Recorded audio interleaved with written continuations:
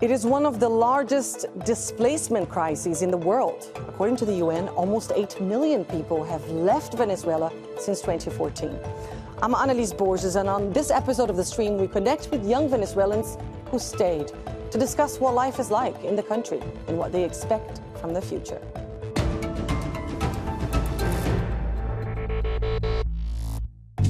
Una pepa de sol, con la ventana abierta, suda que calor, soñando despierta, senda rumba menor, cada noche me pasa, me como una arepa extrañando mi casa, lo que yo daría por una vaina así, tú y yo en Caracas, como en el 2000, estamos patinando por la costa mil, con la guacamaya, bebé, un flow así, lo que yo daría por una vaina así, rapadito cola y el dólar a 1000, estamos vacilando con un vaso en estilo, la vila de fondo parece la TV. Caracas en el 2000 is a song written in exile and echoes the sentiment of many across the world who miss their home country, Venezuela. And they were all watching back in July as polls were held to elect a new president and ended up re-electing the incumbent, according to official figures. Nicolas Maduro has been in power for 11 years, and many in Venezuela and abroad blame him for the challenges the country has faced. Others, including the Venezuelan president himself, blame foreign intervention and sanctions for the hyperinflation, shortages of food and medicine, insecurity, and mass migration from the country.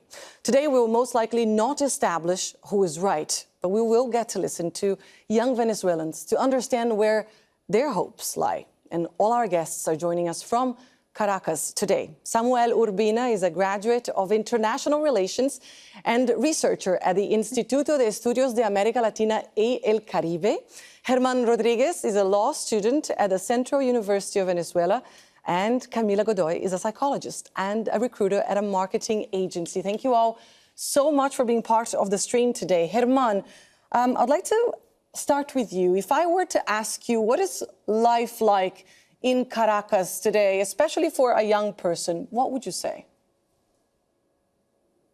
Well, it's quite a complex question because it really depends on what social circle you are. For the very few that is left of the middle class, it's quite complex because even though it's safer than it used to be like 5-7 years ago, the basic necessities like food are not in shortage anymore, but the broader population cannot afford them. What's even more complex is the situation of university studies for most of the young people. Most people are not studying, they're choosing to work instead of studying because they cannot live. And it's been quite complex adapting to the situation given the current results of the election. It's been a 180 for most young people. Most people have, as myself, restricted social media because of fear. And overall, it's been hard because we have no infrastructure in health or education. Public health is destroyed. Public health is in shambles. I do remember going to some hospitals a couple of years ago, 5 years ago was the last time, and I did notice that the situation in a few of the hospitals that I visited was very difficult, and obviously that is not exclusive to Venezuela, but in Venezuela it was quite alarming. Samuel, do you agree? What would you say is the hardest thing about life in Venezuela today? Yeah, I could agree with him and with the rest of my fellow Venezuelans because although the political situation has been always hard for all the political and social structures, there has been accumulative disparities that have been showing in terms of how every social group lives in Venezuela under the situation that they are currently in.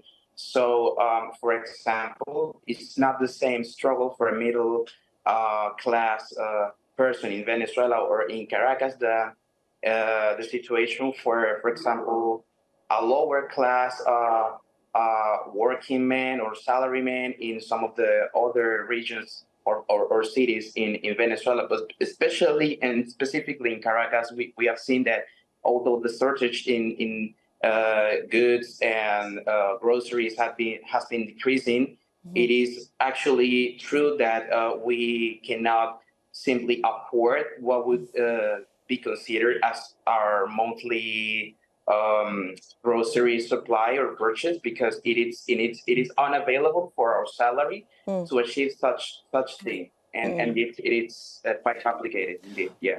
Germán also mentioned the current context, the current political context, and the fact that a lot of young people restricted social media and et cetera. We're gonna get to that point a little later, but just before, so in case people don't understand or don't know Venezuela, just to give people an idea, the minimum wage today in Venezuela amounts to $3.5, and a basic food basket for a family of 4 people would cost around $500, just to give people an idea. And one of the things I remember really well in my first visits to Venezuela was the warmth of the people. Camila, I remember in the streets people calling me cielo, mi amor, corazón, and I was quite flattered. I thought, wow, I'm having a great hair day. Or I don't know what is up with me.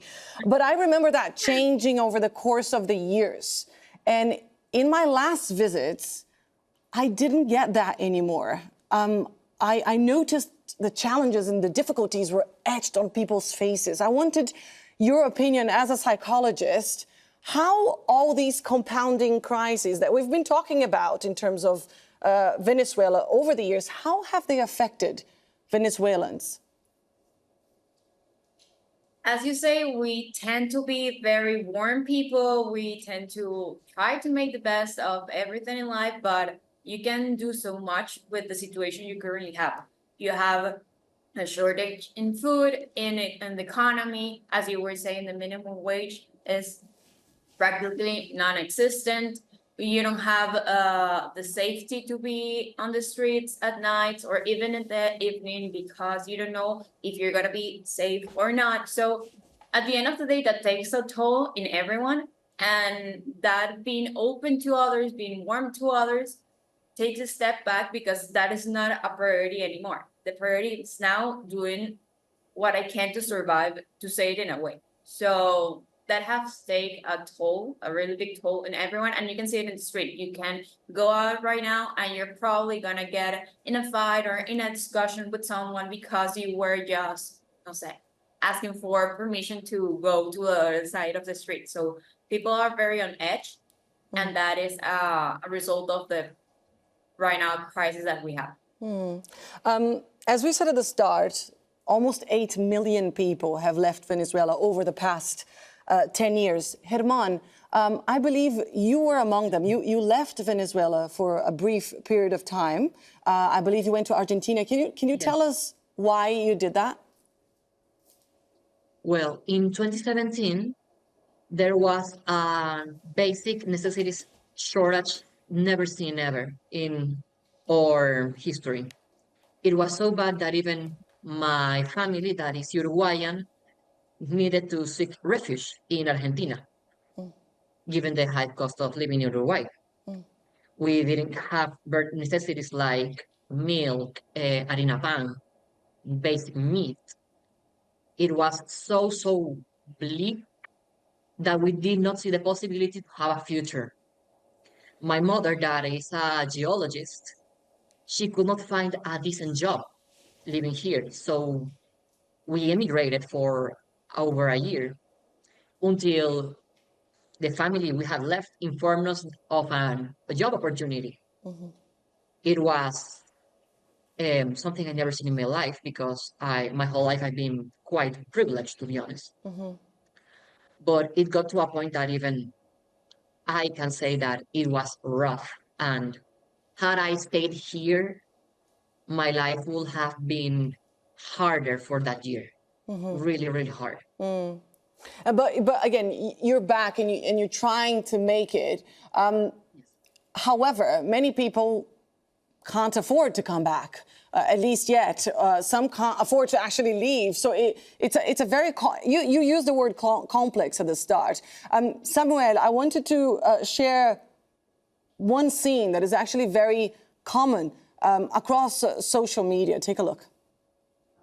En esta casa no existen fantasmas, son puro recuerdo. That post there reads, "The day I left everything for a better future." You see a young man saying goodbye to his family, probably without knowing when he would see them again.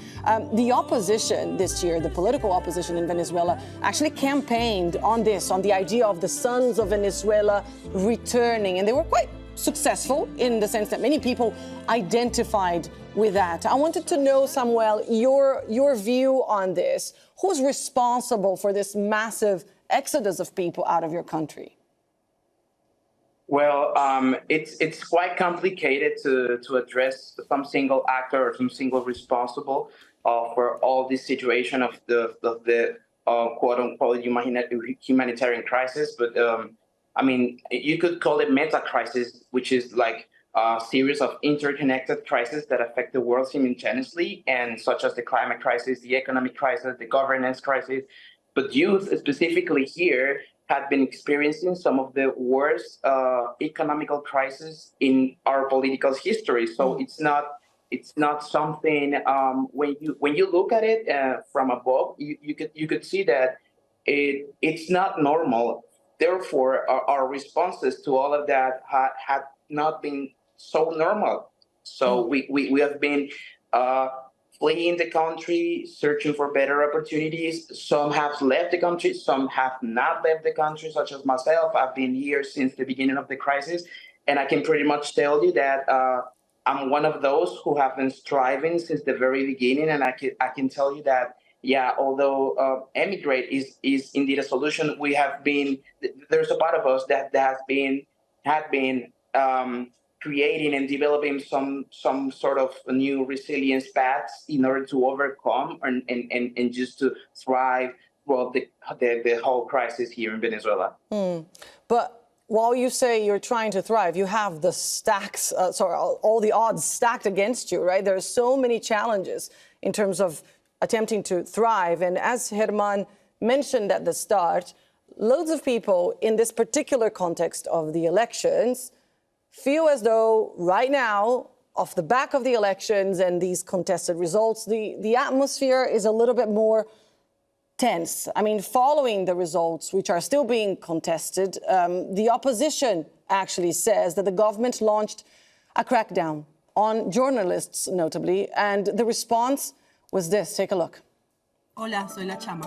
Hola, soy el pana. Desde hoy les estaremos acompañando con... These are Venezuela's first AI reporters. That's right. They're not real. That's what La Chama is explaining there. But they convey real news as part of a campaign by a group of media organizations who say they want to protect their real-life journalists. I mean, Camila, this is quite extraordinary, and it's happened right around the same time of an eventful spat between Elon Musk and Nicolas Maduro.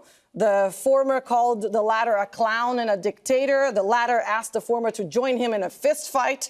I mean, the result was the blocking of X in Venezuela.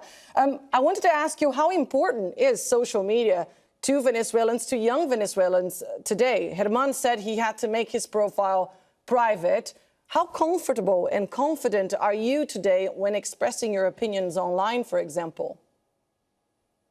None at all. To say it in a few words, none at all. I was at the beginning of August, just right after the elections, I was very vocal about my opinions, and I was very clear of what I uphold and what I didn't agree.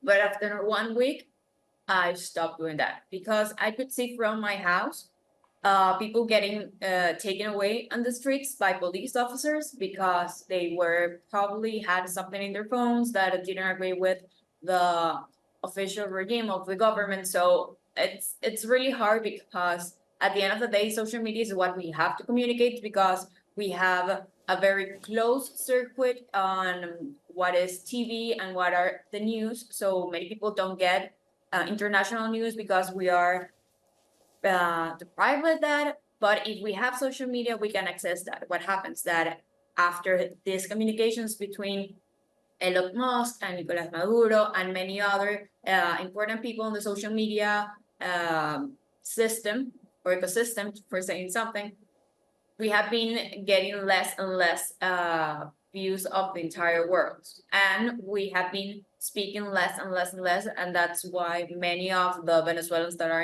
on other countries have been talking about what is happening, have been sharing news because they feel that they are more safe because they are not in the country. Samuel mentioned it's a complex context. He said there was not one person that we could blame for this crisis. But the fact of the matter is that the government has responded with a crackdown that left 25 dead, 2,400 people in jail. I mean, a UN fact-finding mission has reported these figures and the fact that the government has gotten quite upset following these contested election results, or at least the fact that they are being contested. And Germán, I wanted to share something else that happened very recently. Take a look. En homenaje a ustedes, en agradecimiento a ustedes, voy a decretar el adelanto de la Navidad para el 1 de octubre. Arranca la Navidad el 1 de octubre. Para todos y todas. Llegó la Navidad con paz, felicidad y seguridad. Germán, I want to understand, what was Nicolas Maduro trying to do there? Well, that's a pretty much a propaganda tool to try to hide the fact that a lot of people really have complicated situations around the holidays. Actually, something you can even check out is that there's a rise in crime and insecurity in the months of November and December because of the holidays. And this is like a way of saying there's nothing to worry about. Everything's good here. It's actually so good that we have the luxury to celebrate the holidays early. We don't care that the Yankees, I'm sorry for the word, celebrated on December. We're celebrating it early. It's actually appalling, if I dare to say. It's interesting because he's a very exuberant character, and that entertains and makes loads of people smile or laugh, I should say. I met Nicolas Maduro for an interview for Euronews back in 2019, and I asked him if he understood what the people of Venezuela were going through. He said he did because he was a man of the people, but many accused the government of a certain disconnect. I wanted to ask you, Samuel, if you would say that the administration knows the realities, the difficulties faced by the population today, and what would you say they're doing to address them? Well, although I could not affirm what they are going to expect or respond about the political situation, I must say, as an Afro-Venezuelan young man, that there is this continuation in terms of what the polity is about and what the expectance of the people about that policy is about. So we have been seeing that such things as national policies that try or at least are trying to overcome somehow the economical crisis have not been serving that at all. So a lot of people have been even inside the government have been people criticizing and telling the government that they want solutions to their problems. There's another part of the population, that's the opposition, that says that they're not even one minuscule part agreeing with the government. And there's the other part that has been absent of voting or participating in political advocacy. So there's as you can see, some of the mixed spaces and niches in which people can look at it, at the whole situation in like a whole program things and series of responses and responses and other responses. So, but would you say the government would you say that the government today is aware of the difficulties of how people are living, how people are struggling? Do you think that they understand? Because there's been accusations of corruption, and if you belong to the government and the inner circle of Nicolas Maduro, then you're fine. Is that true? That's what people claim, and I'm pretty sure that there has been a lot of things that can demonstrate that or cannot demonstrate that. But what I'm seeing here is that people are awakening from the political nightmare that has been occurring since 2015 or 14.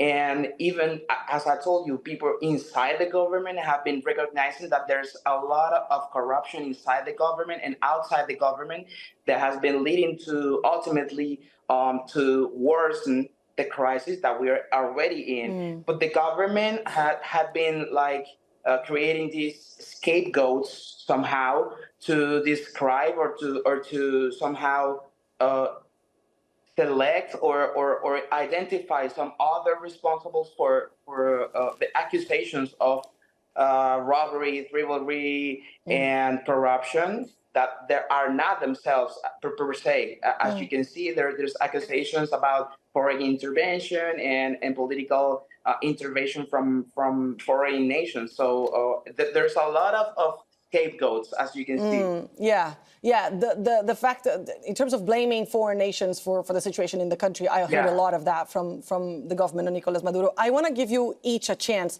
to give me your hopes and your views for the future of Venezuela in a very short sentence or two. What would you like to see happen to your country so that you guys can thrive in it? Camila, if that's okay, I'd like to start with you. What would you like to see happen in Venezuela?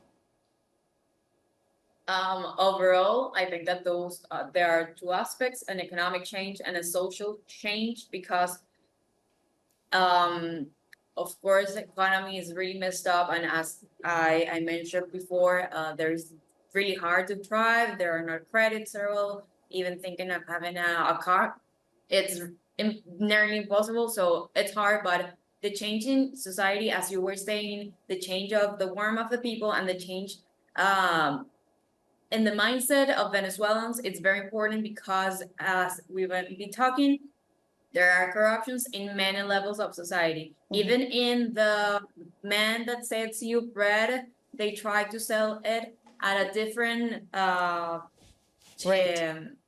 currency change than it's actually the one. So that has to change for the society to change as a whole, and then have great opportunities and having a good society overall. Germán, what about you? What would you like to see? I would like to see mostly is the recovery of our democracy and the possibility of young people to properly express themselves, both in a political and a professional level. Because there is pretty much so much, not only political repression, but lack of opportunities for young people to genuinely have meaningful lives.